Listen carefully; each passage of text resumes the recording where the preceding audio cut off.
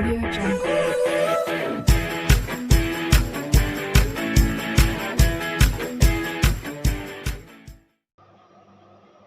So now students, today I am going to start class 7th maths, unit 6 triangles, NCERT exemplar problems. अब इसमें students आज हम main concept and results के बारे में जानेंगे। अब इसमें स्टूडेंट्स हम एकदम ट्रायंगल्स का बेसिक से स्टार्ट करेंगे, ठीक है। तो इसमें देखिए सबसे पहला मेन कॉन्सेप्ट क्या है स्टूडेंट्स कि the 6 element of a triangle. Triangle में कितने एलिमेंट होते हैं स्टूडेंट्स? 6 एलिमेंट होते हैं। 3 एंगल्स होते हैं और 3 साइड्स होते हैं। देखिए इसके पहले आप लाइन के बारे में पढ़ चुके हैं, तो यहाँ पर ये एक लाइन बनी हुई है। अगर हम नाम दें तो स्टूडेंट्स लाइन को कैसे पढ़ा जाता है? ए बी एक यहाँ पर लाइन हो गई, ठीक है। एक लाइन ये हो गई, ये नीचे दी गई ये लाइन है, ये भी लाइन है, ये भी लाइन है। तो स्टूडेंट लाइन में 2 पॉइंट होते हैं, ठीक है। एक हम बोल देते एंड पॉइंट और एक होता है स्टार्टिंग पॉइंट, ठीक है। तो ये ए बी हमारी एक लाइन दी गई है, इसके 2 पॉइंट है, एक एंड पॉइंट है, एक स्टार्टिंग पॉइंट है, ठीक है। तो अब अगर स्टूडेंट्स हम 2 लाइन को ज्वाइन करें, अगर हम 2 लाइन को क्या करें? ज्वाइन कर दें स्टूडेंट्स, ठीक है। अगर हम 2 लाइन को ज्वाइन करेंगे, देखिए ये वाली लाइन है, अगर इसको हम इधर इस तरीके से ज्वाइन कर दें, ठीक है, तो क्या मिल गया स्टूडेंट्स? ये हमें एक एंगल मिल गया। अगर 2 लाइन के जब एंड पॉइंट मिलते हैं, 2 लाइन के एंड पॉइंट के मिलने से एक एंगल बनता है, ठीक है। या हम ये कह सकते हैं कि अगर 2 लाइन का स्टार्टिंग पॉइंट सेम हो, ठीक है, या दोनों लाइन जब जिस पॉइंट पर मिलती हैं, जब एक ही पॉइंट पर मिलती हैं, तो उसको हम बोलते हैं एंगल। तो इस तरीके की आकृति फिगर को हम एंगल बोलते हैं। तो ये स्टूडेंट एंगल है। अब आप देखिए ये एक ट्रायंगल दिया गया है, आपका एक ट्रायंगल है ABC, ठीक है। हम आपको एकदम बेसिक से बता रहे हैं, जिनको बिल्कुल नहीं समझ में आता उनको भी समझ में आने लगेगा। तो अब इसमें स्टूडेंट देखिए कितनी साइड है इस ट्रायंगल में। तो ये ट्रायंगल का नाम है ट्रायंगल ABC। अब इसमें देखिए साइड्स कौन कौन सी है, साइड्स को कैसे पढ़ेंगे हम? ए से लेकर के बी तक, यानी 2 पॉइंट को मिलाने पर एक साइड बनती है। तो एक साइड का नाम होगा AB। फिर बी और सी, जब भी हम 2 पॉइंट क्रम से लेंगे, ठीक है, 2 पॉइंट आप क्रम से ले लीजिए, कोई भी ए और बी को हमने ले लिया तो AB क्या है? एक लाइन है।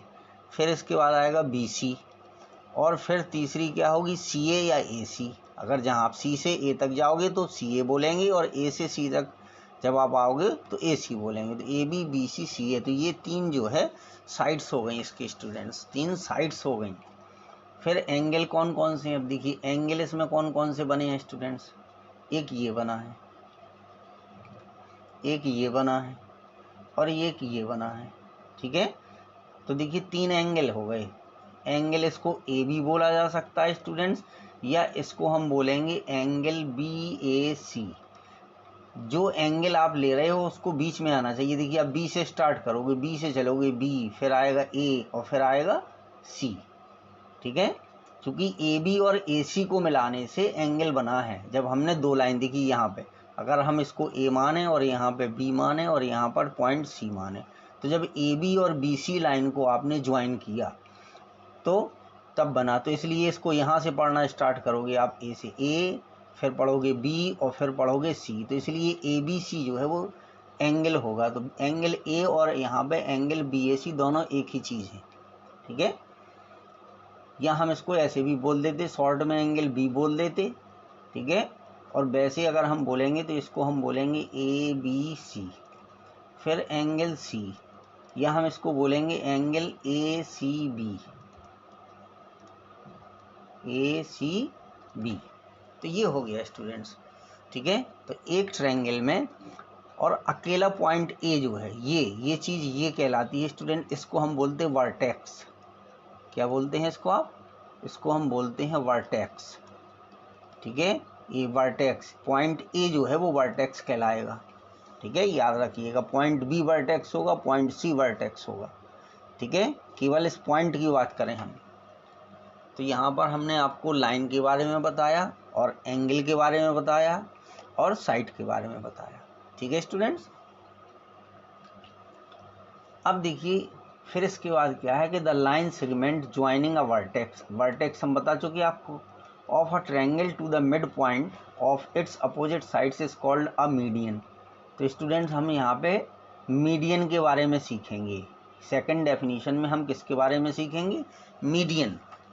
तो अब मीडियन क्या होती है? मीडियन होती है स्टूडेंट्स कि जिस वर्टेक्स से इसको ड्रॉ किया जाता है। ठीक है, सपोज करिए हमने, ठीक है, यहाँ पर ये एक लाइन ले ली, ठीक है, और ये मान लीजिए कि इसका एक मिड पॉइंट है स्टूडेंट्स, ये जो है ये इसका मिड पॉइंट है, इस लाइन का मिड पॉइंट है। ठीक है, तो अगर यहाँ कहीं से, ठीक है, यानी ट्रायंगल अगर कहीं से एक वर्टेक्स से हम, ठीक है, मान लीजिए ये वर्टेक्स है, इसको यहाँ से हम ज्वाइन करेंगे, ठीक है, और ये हमारा एक ट्रायंगल बन गया, ये, ठीक है, ये हो गया स्टूडेंट्स। तो ये हमारा वर्टेक्स है ए हमारा क्या हो गया स्टूडेंट्स? ये एक वर्टेक्स था ए, ठीक है, जहाँ से हमने एक लाइन को ड्रॉ की जो इस अपोजिट लाइन को मिड पॉइंट पर बाइसेक्ट करती है, ठीक है, या मिड पॉइंट पे ज्वाइन होती है। ठीक है, तो नाउ स्टूडेंट्स क्या होगा, यहाँ पर जो AD है, AD is a median. AD क्या होगी? मीडियन होगी। किसकी? BC को, क्योंकि AD कहाँ पर जा कर के मिली है? BC पर ज्वाइन हुई है, BC के मिड पॉइंट पर ज्वाइन हुई है। AD जो है वो BC के मिड पॉइंट पर ज्वाइन हुई है, तो इसलिए AD BC की मीडियन है। अब अगर यहाँ से हम एक लाइन खींचें स्टूडेंट C से, ठीक है, अगर C से हम एक लाइन ड्रॉ करें और जो यहाँ मान लीजिए कोई मिड पॉइंट दिया गया, ये है मिड पॉइंट इसका, ठीक है, अगर मान लीजिए इसका मिड पॉइंट ये है, सपोज करिए ये मिड पॉइंट है यहाँ पर, और इसका मिड पॉइंट यहाँ है AC का, ठीक है, सपोज करिए इसको हमने नाम दे दिया M और इसको दे दिया नाम हमने N, ठीक है। अब अगर यहाँ से C से हमने एक लाइन ड्रॉ की इस तरीके से, ठीक है, तो CM एक मीडियन हो गई। यहाँ पर क्या है? CM जो है वो स्टूडेंट्स मीडियन हो जाएगी। CM is a median of AB। CM किसकी मीडियन है? AB की मीडियन हो गई। ठीक है, अब इसी तरीके से हम B और N को ज्वाइन कर दें। ये देखिए, ये हमने इसको ज्वाइन कर दिया, ठीक है, तो BN किसकी मीडियन हो गई? BN is the median of AC। तो BN जो है वो AC की मीडियन है। ठीक है, अब यहाँ पे हमने देखिए डिफरेंट फिगर जो बनाए हैं, इन सब में यही चीज़ हमने बताई है स्टूडेंट्स। अब ये क्या है कि ये थोड़ा सा यहाँ पर एक चीज़ ये है, ये देख रहे हो आप कि ये जो है ये यहाँ पर सेम पॉइंट से होकर, ये तीनों मीडियन सेम पॉइंट से होकर जा रही। तो ज़रूरी नहीं है कि ये तीनों मीडियन एक ही पॉइंट से होकर जाएं। जैसे ये यहाँ पे है, इस वाले फिगर में आप देखिए, तो इस वाले फिगर में तीनों मीडियन एक ही पॉइंट से होकर नहीं जा रही, जबकि यहाँ पर ये पॉइंट O, अगर आप इस पॉइंट को O मान लें तो ये O से होकर के जा रही है। तो यहाँ पर ये एक ही पॉइंट से, सेम पॉइंट से होकर के नहीं जा रहे स्टूडेंट्स। तो ये हमारा इस तरीके से था, मीडियन की बात हमने यहाँ पर की। अब मीडियन के बाद हम बात करेंगे एल्टीट्यूड की। बात हम किसकी करेंगे स्टूडेंट्स? एल्टीट्यूड की बात करेंगे। ठीक है, तो अगर वर्टेक्स से हम एक परपेंडिकुलर को ड्रॉ कर दें किसी ट्रायंगल में, ठीक है, सपोज करिए कि एक ट्रायंगल ये है हमारा, ये बना हुआ है, ठीक है, इस तरीके से ये हमने एक ट्रायंगल बना दिया। तो अगर इस वाले पॉइंट से हम एक 90 डिग्री का एंगल बनाते हुए अगर एक लाइन को ड्रॉ कर दें, तो इसको हम बोलते हैं एल्टीट्यूड। क्या कहलाता है स्टूडेंट्स? ये हमारा ये एल्टीट्यूड कहलाता है। A, B, C और D। तो AD इज एन एल्टीट्यूड। क्या होगा स्टूडेंट्स? इसको हम बोलेंगे एल्टीट्यूड, या इसी को हम कह सकते हैं परपेंडिकुलर। AD क्या है? एक AD इज अ परपेंडिकुलर, ठीक है, on BC। AD is an altitude और परपेंडिकुलर, ठीक है, on the opposite side altitude हमेशा क्या होता है, वर्टेक्स से अगर ड्रॉ किया जाएगा तो अपोजिट साइड के परपेंडिकुलर होगा। The perpendicular line segment from a vertex of a triangle to its opposite side is called an altitude of the triangle. A triangle has 3 altitude. Triangle में 3 altitude होते हैं। Triangle में 3 median भी होती हैं और 3 एल्टीट्यूड भी होते हैं। ठीक है, तो एल्टीट्यूड हमेशा ये 90 डिग्री का एंगल बनाएगा, ये 90 का। और मीडियन जरूरी नहीं है कि वो 90 का एंगल बनाए या क्या बनाए, उससे कोई मतलब नहीं है, वो मिड पॉइंट पर जा करके ज्वाइन होती है। ठीक है, तो ये स्टूडेंट एल्टीट्यूड और परपेंडिकुलर ऑन, ठीक है, इसको हम बोलते हैं। तो 3 एल्टीट्यूड देखो हमने ये बना के आपको बताया है। अगर मान लीजिए हम इसको मान लें PQR, ठीक है, तो एक एल्टीट्यूड ये हो गया, एक हो गया PM, दूसरा एल्टीट्यूड क्या हो गया, ये हो गया Q, यानी यहाँ 90 का एंगल बनाएगा, और तीसरा एल्टीट्यूड हो गया RN, ठीक है, MNS, ये हो जाएगा RS। एक एल्टीट्यूड ये हो गया। तो इस तरीके से ये स्टूडेंट्स आपके एल्टीट्यूड हो जाएंगे। ठीक है, फिर इसके बाद है एन एक्सटीरियर एंगल। तो एक्सटीरियर एंगल क्या होगा स्टूडेंट, देखिए अगर एक ये ट्रायंगल दिया गया है आपको ABC, तो अगर इसकी BC साइड को हम आगे बढ़ाएंगे, ठीक है, आगे बढ़ाने पर ये इस तरीके से जो एंगल बनेगा ये वाला, ठीक है, तो ये हमारा कहलाएगा एक्सटीरियर एंगल। तो 3 एक्सटीरियर एंगल बन सकते हैं। ठीक है, अगर हमने BC को बढ़ाया तो ये हमें मिला ACD। ठीक है, अब अगर हम दूसरी लाइन को बढ़ा दें, ठीक है, मान लीजिए हमने AB को बढ़ाया, BA को बढ़ाया, AC को बढ़ाया, तो इस तरीके से हमारे पास 3 एक्सटीरियर एंगल हो जाते हैं स्टूडेंट्स। ठीक है, तो ये हमारा एक्सटीरियर एंगल है। अब इस एक्सटीरियर एंगल की देखिए, एक्सटीरियर एंगल कौन सा बना है यहाँ स्टूडेंट्स, यहाँ पे जो एक्सटीरियर एंगल मिला है हमें, वो मिला है एंगल ACD। ठीक है, अब इसका दूसरा कॉन्सेप्ट क्या है कि ये जो एक्सटीरियर एंगल ACD होता है स्टूडेंट्स, ये अपने पास वाले एंगल को छोड़ करके, यानी इसको छोड़ करके बाकी जो दो इससे दूर एंगल बने हैं, ठीक है, 2 इंटीरियर अपोजिट एंगल्स, ये जो 2 अंदर एंगल बने हैं, तो ये किस एंगल के इक्वल होगा, angle A plus angle B।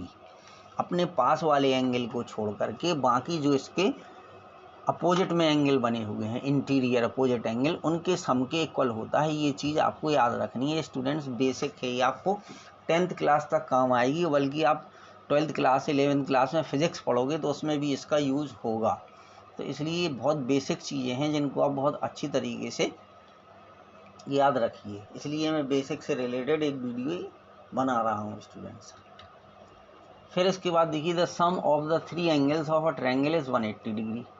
ठीक है, इसमें क्या है कि अगर एक दिया गया है ट्रायंगल ABC, तो इसके तीनों एंगल का सम जो अंदर इसके बने हैं, जो इंटीरियर एंगल हैं, इनके तीनों एंगल का सम स्टूडेंट्स कितना होता है, angle A plus angle B plus angle C is equal to 180 degree.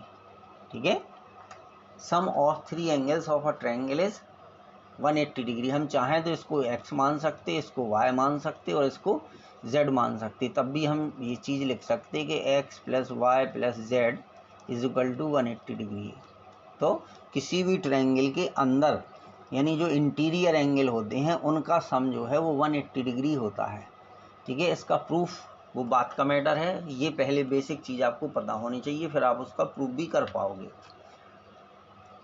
अब इसके बाद ये है स्टूडेंट्स कि अ ट्रायंगल, इक्विलैटरल ट्रायंगल की बात करते हैं। तो इक्विलैटरल ट्रायंगल का मतलब होता है कि all the sides of a triangle are equal. ठीक है, अगर किसी ट्रायंगल की तीनों साइड ABC, तो ये स्टूडेंट्स इक्विलैटरल ट्रायंगल होगा अगर AB equal to BC is equal to CA। ये तीनों साइड कैसी हो, इसकी इक्वल हो। तो यहाँ पर हमने कंपास की सहायता से पहले हमने एक लाइन BC ड्रॉ की और फिर कंपास से हमने ये 2 आर्क लगाए हैं और फिर इसको बना दिया है, तो इसकी तीनों साइड इक्वल है। अब इसमें कह रहा है कि in an equilateral triangle each angle has measure 60 degree, यानी प्रत्येक एंगल जो है वो 60 डिग्री का होगा। तो देखिए उसको हम आपको मेजर करके अभी दिखाते हैं स्टूडेंट्स। ये है, देखिए मान लीजिए हमारे पास ये दिया गया, अब इसको यहाँ पे मेजर कर लीजिए। देखिए तो ये हमारा एंगल कितने डिग्री का आ गया, ये आ गया 60 डिग्री। ठीक है, ये देखिए 60 डिग्री का है, इधर इसको मेजर करोगे आप तो ये भी 60 डिग्री होगा। ठीक है, तो अब दो एंगल 60 डिग्री हो गए, तो थर्ड एंगल जो है वो अपने आप स्टूडेंट 60 डिग्री का हो जाएगा। चाहें तो आप इसको भी मेजर करके देख सकते। देखिए इसको भी हम मेजर अगर करेंगे तो ये भी देखिए 60 डिग्री का आ गया। ठीक है, तो इस तरीके से तीनों एंगल जो है वो 60 डिग्री के होंगे स्टूडेंट्स। ठीक है, ये बात भी आपकी प्रूफ हो गई। और कुछ रह गया इसमें? अब देखिए a triangle is said to be isosceles. अब ये कह रहा कि एक ट्रायंगल आइसोसेलेस होता है अगर उसकी कोई दो साइड जो है वो सेम है। तो अब मान लीजिए हमने स्टूडेंट्स यहाँ पर एक साइड ये बना दी है। ठीक है, एक साइड हमने यहाँ पर ये बना ली है, वो है ए बी। ठीक है, और हमने कंपास की मदद से दो इक्वल आर्क लगा दिए है। वो वहाँ पे वो मुझसे बनाने में थोड़ी प्रॉब्लम हो रही थी, इसलिए मैंने इसको पहले से लगा दिया। अब स्टूडेंट यहाँ पर हमने एक पॉइंट सी मान लिया, तो अब अगर हम सी से ए को मिला देंगे तो ये देखिए सी ए हो गया आपका। ठीक है, फिर इसके बाद यहाँ पर ये देखिए ये हो गया सी बी। ठीक है, तो यहाँ पर जो दोनों लाइन होंगी सी ए और सी बी जो है ये इक्वल होंगी। तो इसके लिए क्या है, C A is equal to C B है। तब हम कहेंगे कि ये एक आइसोसेलेस ट्रायंगल है, यानी जिसकी दो साइड जो है एनी टू साइड्स अगर इसकी इक्वल है तो हम उसको बोलेंगे आइसोसेलेस ट्रायंगल स्टूडेंट्स। तो इस तरीके से ये आइसोसेलेस ट्रायंगल हो गई। A C is equal to A B C या C A is equal to C B. अब इसके बाद एक चीज और है student, the sum of the length of any two sides of a triangle is always greater than the length of the third side. अगर कोई हमें स्टूडेंट्स ट्रायंगल बनाना है तो उसके लिए ये ज़रूरी है कि उसकी कोई भी दो साइड का सम, ठीक है, is always greater than the third side. ठीक है, ये आपको याद रखना है कि सम ऑफ एनी टू साइड्स, ठीक है, always greater than the third side. Suppose करिए कि एक 2 3 5, ठीक है, अगर ये दिया गया है 2 3 5, ठीक है, तो अगर हम इसके ये 2 + 3 करेंगे दो साइड का सम, तो ये और दो साइड ये हो गई और तीसरी साइड ये हो गई, तो यहाँ पे 5 इज नॉट ग्रेटर देन, यानी 5 is equal to 5, so triangle is not possible. Triangle is not possible. अगर किसी ट्रायंगल की एक साइड हम आई 2 सेंटीमीटर है, एक 3 है और एक 5 है, तो क्या ट्रायंगल बनाना पॉसिबल है? तो स्टूडेंट्स ट्रायंगल बनाना बिल्कुल पॉसिबल नहीं है, क्योंकि यहाँ पर चूंकि इसने ये कहा कि किन्हीं भी दो साइड का सम तीसरी साइड से बड़ा होना चाहिए। ठीक है, या इसको दूसरे तरीके से ये कह सकते हैं, the difference of the length of any to side is always smaller than the length of the third side. ठीक है, वो कह रहा है कि किन्हीं भी दो साइड का डिफरेंस, तो देखिए यहाँ पे साइड थी 2 3 5, तो 3 - 2 इज इक्वल टू 1 आ गया। ठीक है, तो अब इसने कहा है कि the difference of the length of any to side of a triangle is always smaller than the length of the third side. ठीक है, तो इस केस में तो अप्लाई हो गया, लेकिन अगर हम बात करें कि 5 - 2 इज इक्वल टू 3, ठीक है, ये कंडीशन आप इसको छोड़ दीजिए, क्योंकि हमें वो कंडीशन देखना है जिससे पॉसिबिलिटी पता चले। चलिए, ये था हमारा 2 3 5, तो 5 - 2 किया हमने, 3 आ गया। तो इसने ये कहा है कि the difference of the length of any to side of a triangle is always smaller than the length of the third side. तो इन दोनों का डिफरेंस 3 है, तो हमने ये और ये साइड ली थी। ठीक है, तो अब यहाँ पे हमारी जो इनका जो डिफरेंस है, तो difference is not smaller than the third side, so triangle is not possible. ठीक है। तो इसलिए ये चीज़ हमें बहुत इम्पोर्टेंट चीज़ है कि अगर ये कंडीशन फॉलो होती है, ये कंडीशन है स्टूडेंट्स, इसकी कंडीशन ये है। अब इसी को इनने ऐसे कर दिया, ये कंडीशन हो गई। अब इसी को अगर हम चाहें तो a इज़ ग्रेटर देन, इसी चीज़ को हम ऐसे लिख सकते c माइनस बी, ठीक है, या b बराबर b is greater than c minus a, ठीक है। इसका मतलब ये हो गया कि ये वाली जो साइड होगी, अगर किन्हीं दो साइड के हम डिफरेंस कर दें, या इसको रिवर्स करके हम लिख सकते कि c minus B is less than a, ठीक है, और c minus a is less than b, ठीक है। तो ये है कि इन दोनों का डिफरेंस जो आएगा वो हमेशा जो थर्ड साइड होगी उससे छोटा होगा, ठीक है। तो ये चीज़ स्टूडेंट्स इसमें आपको याद रखनी है। थैंक यू स्टूडेंट्स, प्लीज़ हमारे चैनल को आप लोग सब्सक्राइब करें और लाइक करें।